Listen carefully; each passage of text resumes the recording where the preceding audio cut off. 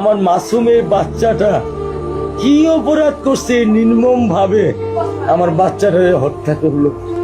আমি এই বাচ্চাটা ছাড়া আমি থাকবো কেউ? এই 8 বছরের মাসুম একটা বাচ্চা কি অপরাধ? আমি এই কলজাটা ছাড়া আমি থাকবো কেমনি? আমার এই বাচ্চাটা আমি ঘরে ঢোকার আগে ফ্রিজের মধ্যে আমার জন্য শরবত বানায় রাখে। আমার বড় মেয়ে না, আমার ছোট মেয়ে 8 বছরের মেয়ে। বাবার শরীরে ছবি এখানে লাগায় রাখছে, বাবা তুমি আমাকে নিয়ে যাবা। আমি আল্লাহ, বাবা তুমি আল্লাহর কাছে যাও, আমার তো নেওয়ার দিয়ে যাওয়ার ক্ষমতা নাই।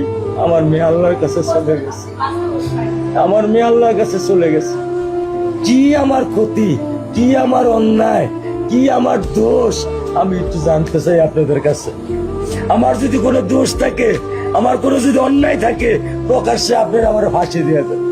আমার পক্ষে সম্ভব না। দিনে ও 50 থেকে 100টা কল দেয় আমারে, বাবা তুমি কখন আসবা, বাবা তুমি কখন আসবা, বাবা তুমি কখন আসবা।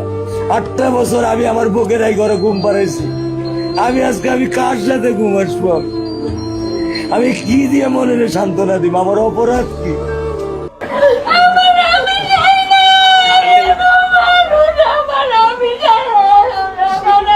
কালকে আজকে কাঁদতেছে রামিসার জন্য, বাংলাদেশ কাঁদতেছে, সবার কষ্ট হচ্ছে।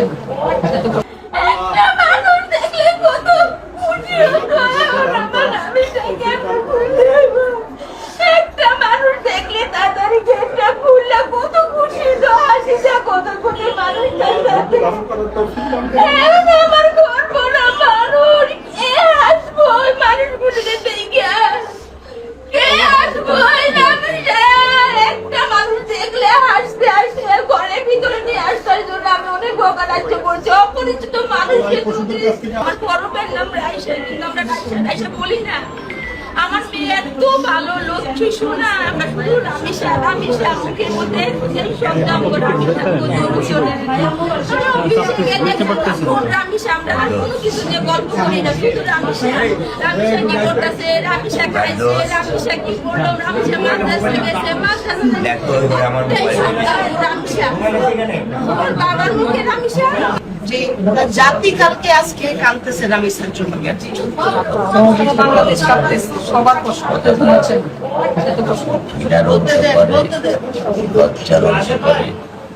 আমি আমার অর্থনৈতিক অবস্থান থেকে আমি সবসময় চলাফেরা করেছি। আমরা পারি না, এটা হচ্ছে জাতি হিসেবে সমাজটা আমরা ওভাবে নিরাপদ সবার কাছে কৃতজ্ঞ, আপনাদের ভালোবাসার কাছে আমি কৃতজ্ঞ। আপনারা আপনাদের সাথে আছি, আমরা আমাদেরও সন্তান, আমরা এটা বিচার চাই।